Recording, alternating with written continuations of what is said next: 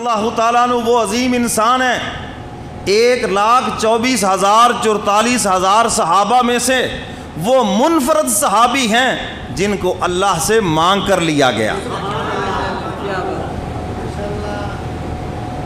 سیدنا فاروق اعظم سے قبل 39 مسلمان تھے۔ کتنے جی؟ 39۔ جب فاروق اعظم آئے تو 40 ہو گئے۔ کتنے ہو گئے؟ 40۔ چلہ تو پھر ثابت ہو گیا نا، ہے ثابت ہو گیا نا، کہتے چلہ کہاں سے نکالا ہے، ثابت تو ہو گیا۔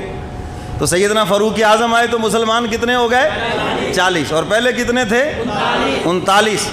حضور غلاف کعبہ پکڑ کے کھڑے ہیں، سبحان اللہ۔ میرے محترم سامعین، انبیاء میں میرے محبوب منفرد ہیں جن کو اللہ سے مانگا گیا۔ آدم علیہ السلام سے لے کر حضور علیہ السلام تک صرف میرے کملی والے پیغمبر منفرد نبی اور رسول ہیں جن کو خدا سے مانگا گیا، اور مانگا بھی دادا ابراہیم نے۔ سارے امتحانوں میں کامیاب ہوئے۔ اللہ نے فرمایا میری رحمت کا دریا جوش میں، خلیل مانگو جو مانگنا ہے۔ عرض کرتے ہیں مولا آج وہ مانگوں گا، مجھے مانگنے میں مزہ آئے گا، آپ کو عطا کرنے میں مزہ آئے گا۔ مولا جب آپ دینے پہ آ گئے تو اپنا محبوب دے دیجئے۔ کوئی دیتا تو نہیں ہے اپنا محبوب، چلیے پھر اپنا محبوب دے دیجئے۔ اللہ اکبر۔ ابراہیم علیہ السلام نے مانگا، میرے محبوب تشریف لائے، اور میرے کملی والے پیغمبر نے عمر کو مانگا، عمر بھی قدموں میں آئے۔ فرق کیا ہے؟ ابراہیم علیہ السلام نے مانگا، حضور 4000 سال کے بعد دنیا میں تشریف لائے، اور میرے کملی والے پیغمبر نے رات کو عمر کو مانگا، عمر صبح کو روتا ہوا نبی کے قدموں میں آ گیا۔ دار الندوہ میں میٹنگ ہو رہی ہے۔ یہ دار الندوہ صفا کے قریب تھا، صفا مروہ، یہ جو پہاڑیاں ہیں نا جی، جہاں پر وہ دوڑ بھی لگاتے ہیں بیچ میں، سعی کرتے ہیں نا صفا مروہ کی۔ اللہ اکبر۔ تو صفا کے قریب تھا یہ دار الندوہ، یہاں میٹنگ ہو رہی ہے کہ مسلمان 39 ہو گئے، 39 دن بدن بڑھ رہے ہیں۔ اگر یہ سلسلہ یوں ہی چلتا رہا تو پورا مکہ مسلمان ہو جائے گا، ہماری چودراہٹ کدھر جائے گی؟ اور یہ چودراہٹ کا ہی چکر ہے سارا، ہماری چودراہٹ کدھر جائے گی؟ کیا کرنا چاہیے؟ مشورے ہو رہے ہیں، حضور کو جلا وطن کر دیں۔ انہوں نے کہا تمہیں پتہ نہیں ہے حضور علیہ السلام کی زبان مبارک اتنی میٹھی ہے، حضور جہاں جائیں گے اپنا پیغام سنائیں گے، لوگ آپ کے ارد گرد اکٹھے ہو جائیں گے۔ آج لوگ کہتے ہیں جو بندہ سچا ہو تھوڑا سا کڑوا ہوتا ہے، حضور سے زیادہ سچا ہے کوئی؟ لیکن حضور میٹھی زبان والے ہیں۔ مزہ تو تب ہے بندہ سچا بھی ہو اور اس کی زبان بھی میٹھی ہو، ورنہ اکثر میٹھے چھرے بھی ہوتے ہیں، یاد بھی رکھنا۔ ہاں میٹھے میں ہی چھری چلا دیتے ہیں۔ تو ہر ایک کو تو میں نہیں کہتا، لیکن ہوتا ایسے ہے۔ میٹھی چھری ہے جی مولوی صاحب، میٹھی چھری ہے، کہتے ہیں یہ نہیں کہتے؟ تو مزہ تو تب ہے بندہ سچا بھی ہو اور میٹھا بھی ہو، پھر کمال ہے۔ اور اگر سچا تو ہے مگر کڑوا ہے تو پھر ایک خوبی ہے ایک خامی ہے۔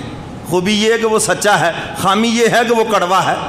اور اگر وہ سچا بھی ہو اور میٹھا ہو تو دونوں خوبیاں، یہ نبی کا سچا عاشق ہے۔ پھر اس نے کسی اللہ والے کی صحبت اٹھائی ہے کہ یہ سچا بھی ہے اور میٹھا بھی ہے۔ حضور علیہ السلام سب سے سچے بھی ہیں اور سب سے میٹھے بھی ہیں۔ کافر بھی مان رہے ہیں، نہیں جی یہ تو نہیں چلے گا فریب ہمارا، کوئی اور چلائیں۔ کہنے لگے جی حضور علیہ السلام کو قید کر دیا جائے۔ ان کا تمہیں پتہ نہیں ان کے چاہنے والے ایسے دیوانے ہیں، 7 کمروں میں بھی بند کرو گے تو حضور کو نکال کے لے جائیں گے۔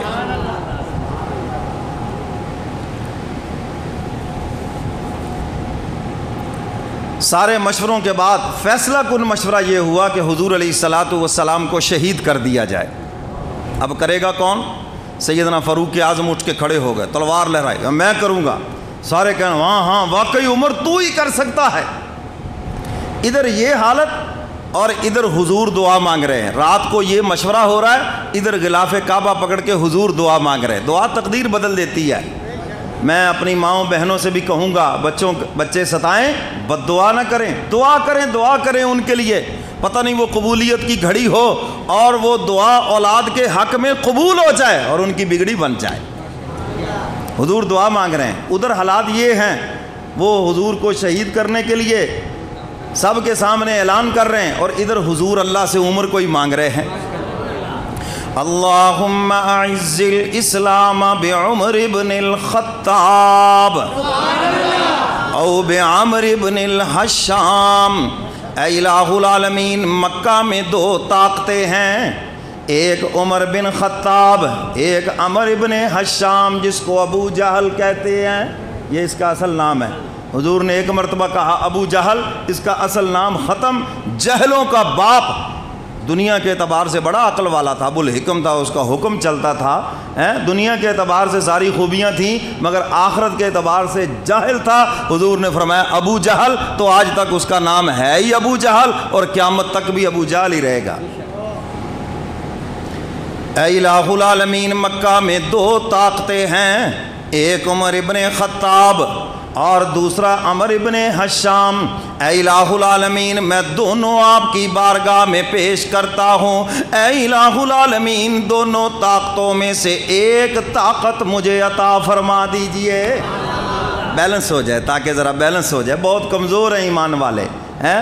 روز ان کو ستایا جاتا ہے، کبھی بلال کو تپتی ہوئی ریت پہ لٹایا جاتا ہے، کبھی سمیہ کے دو ٹکڑے ہو گئے، دیگر صحابہ کو ستایا جاتا ہے۔ اے الہ العالمین، تیرا محبوب آج غلاف کعبہ پکڑ کر تجھ سے عمر مانگ رہا ہے، تجھ سے خطاب کا بیٹا مانگ رہا ہے۔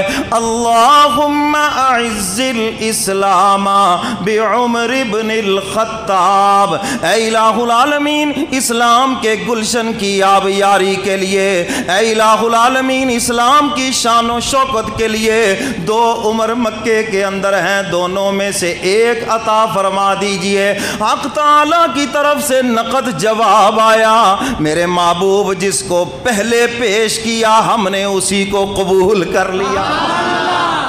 آپ نے پہلا نام عمر ابن خطاب کا لیا ہے، بس آپ کی زبان مبارک سے نکلا ہمارے دربار میں قبول ہو گیا ہے۔ آپ بھی انتظار فرمائیں، آپ کی دعا کی قبولیت کا اظہار کب ہوتا ہے، لیکن ہم آپ کو خوشخبری دیتے ہیں کہ آپ اپنی دعا کو بہت جلد اپنی آنکھوں کے سامنے قبول ہوتا دیکھ لیں۔ حضور دعا مانگ کر اور خوش ہو کر واپس تشریف لائے، اور جب دن چڑھا تو منظر الٹ۔ منظر کیا ہے؟ یہ بات ہمیں سمجھائی گئی کہ تمہاری آنکھوں کا مشاہدہ یہ کچھ نہیں، ایمان اللہ کی ذات پہ تمہارا پورا ہونا چاہیے۔ سمجھ آئی یہ بات کہ نہیں؟ ہم وہ کافروں کے پیچھے لگ گئے، جی نظر تو آتا نہیں ہے، جی اللہ ہے تو نظر تو آتا نہیں ہے، جی ہاں فلاں ہے تو نظر تو، اور قرآن شروع ہوتا ہے کیا کہتا ہے؟ یؤمنون بالغیب، ایمان تو ہے ہی غیب کے اوپر، اور جو نظر آ جائے پھر وہ غیب نہیں، وہ مشاہدہ ہو جاتا ہے۔ وہ کیا ہو جاتا ہے؟ تو کافر اندر سے اندھا ہے، اس لیے کہتا ہے کہ مجھے نظر کچھ نہیں آتا۔ میں تو اندر کا اندھا نہیں ہے، تو ایمان والا ہے، تجھے تو یقین اور ایمان کی آنکھ سے مولا نظر آنا چاہیے، اس کی نشانیوں سے اپنے مولا کی تجھے پہچان ہونی چاہیے، تو کیوں کہتا ہے؟ اور ویسے بھی جب کچھ نہیں نظر آتا اس وقت پھر مولا ہی نظر آتا ہے۔ ڈاکٹر بھی کہہ دیتے اچھا جی ہمارے جو اسباب سب ختم، اللہ توبہ کرو جی، کیا کرو جی؟ اللہ توبہ کرو۔ اور پھر بعضوں کو پھر اللہ ایسے نظر آتا ہے کہ اللہ پھر بغیر اسباب کے بھی صحت دے کے دکھا دیتے ہیں، کیونکہ اللہ کا حکم کسی سبب کا محتاج نہیں ہے۔ اللہ اکبر۔ صبح ہوئی، سیدنا